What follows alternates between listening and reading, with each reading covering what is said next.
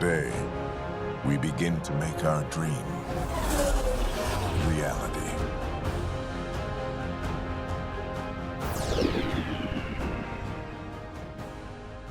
Easily one of the most divisive video games in quite some time, Mass Effect Andromeda is BioWare's attempt to breathe new life into the franchise's formerly pronounced dead corpse as it was left back in 2012. I'm not going to go over just how monumentally deflating and ill-conceived the whole "now you're Space Jesus" ending of Mass Effect 3 was, but suffice it to say, BioWare even considering bringing Mass Effect back was tantamount to madness. As such, they needed every single part of its conception and reveal to the public to be spot on, something that a lack of pre-launch single-player footage and a bug-ridden early access window most certainly did not deliver. Still, above all, Mass Effect has one of the richest mythologies and franchise lores in entertainment history, something that miraculously manages to elevate Andromeda far higher than it would otherwise deserve. I'm Scott from OutCulture.com, and welcome to our full review for Mass Effect Andromeda. Opening with a cutscene set between Mass Effect 2 and 3, it turns out a random billionaire called Jen Garson created the adventurous Andromeda Initiative as a way for humanity to explore beyond the Milky Way. What about the Reaper invasion? The Star Child? Shepard being given the option to force all natural and synthetic life into demonic hybrids for all eternity? Well, we won't be talking about that, as for better or worse, BioWare have crafted a new take on the established canon, which means they don't even need to acknowledge the smouldering tire fire that was Mass Effect 3's ending. Instead, you'll play as Ryder, who's a pathfinder, attempting to stop the Ket and uncovering an ancient history of the the Remnant. It's the Remnants. Damn it. As a game, Andromeda is clearly intended to be a clean break, a reset button, an excuse to revisit the Mass Effect mythology with no strings attached. Or at least that's what the opening cutscene makes you think is going to happen, as you're then met by many of the same races from the original trilogy. Aside from only 4 new races, of which only 2 have actual faces, the fanciest thing you'll come across geometrically are, wait for it, floating rocks.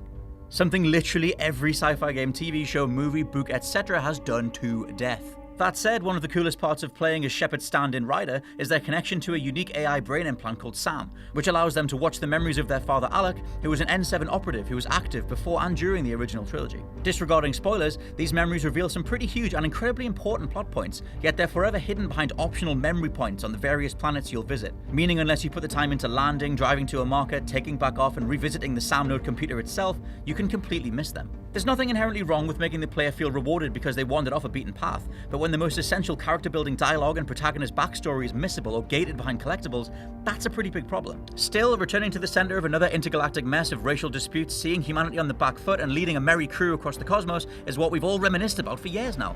Andromeda fleshes each one of those strands out to a ludicrous degree, and whilst that results in an overwhelming amount of content with little through-line focus and a forgettable main story thread, it does mean that for fans especially, this veritable buffet of appetizing dishes is one they'll want to gorge on for hours.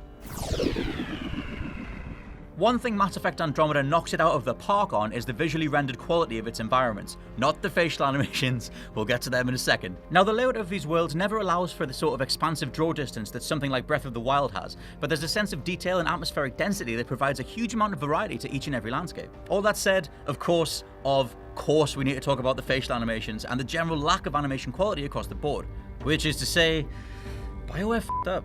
Humans do not walk like that, faces do not move like that, and I'd hazard a guess that even bipedal aliens from 2.5 million light years across the galaxy don't randomly levitate in the middle of a conversation. I'll be completely honest though, the only noticeable facial issues that I encountered were from the character of Addison, who you'll probably know as the "my face is tired" woman from all the compilations of glitches that are already out there. Sorry, my face is tired from dealing with everything. And the occasional NPC that the game decided to give a random close-up to. Aliens, worlds, the Nomad, the ship, all of these look spectacular. Frame rates can and will get bogged down unless you turn off the film grain and optional chromatic aberration in the menus, even on consoles, but more often than not, especially when out exploring its various planets, Mass Effect Andromeda can and will frequently look stunning.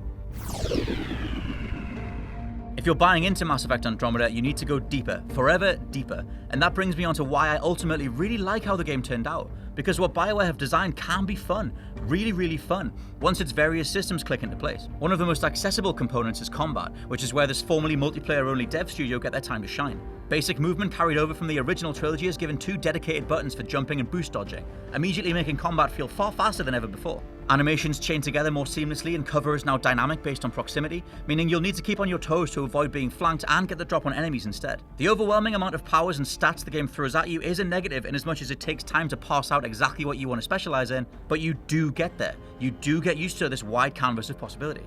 It takes time to fully ingratiate with your crew, understand what the Andromeda Initiative is, and just what you're doing outside of exploration and colonization.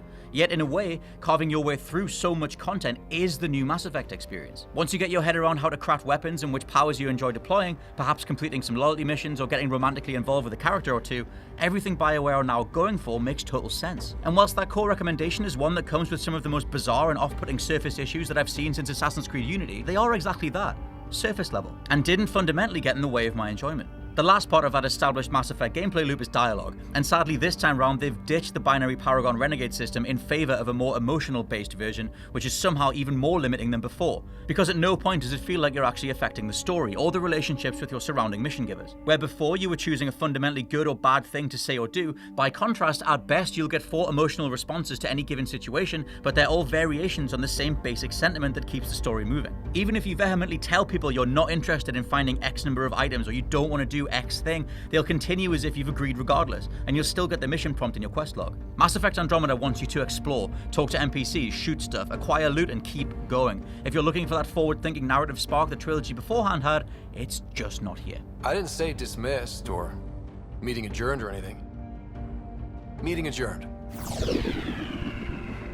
BioWare really want you to try out their new multiplayer component, including options to hop into it from the terminal on the Tempest, the system options, and from the main menu itself. And they should, because it's pretty awesome. Named Apex missions all are different takes on wave-based survival, played cooperatively with other players, resulting in materials and percentage boosts that feed back into the single player. The thematic tie being that Ryder is sending groups of strike teams across the galaxy to complete any number of tasks at once. Like in Assassin's Creed Brotherhood, you're free to unlock and send your squads away on missions of their own accord, or this time round you can take part yourself. There are also live missions like Hitman's Elusive Targets that only last a certain amount of weeks, alongside unique rewards that you can only get by playing the game at that specific time. Thanks to smaller maps showcasing just how much the combat totally shines across a variety of character builds and approaches to tackling swaths of enemies at once, the idea of Mass Effect multiplayer might be something that makes you run for the hills, but what's actually here has been executed supremely well. And keep in mind, if you don't want to even touch the console that activates this portion of the game, you don't have to.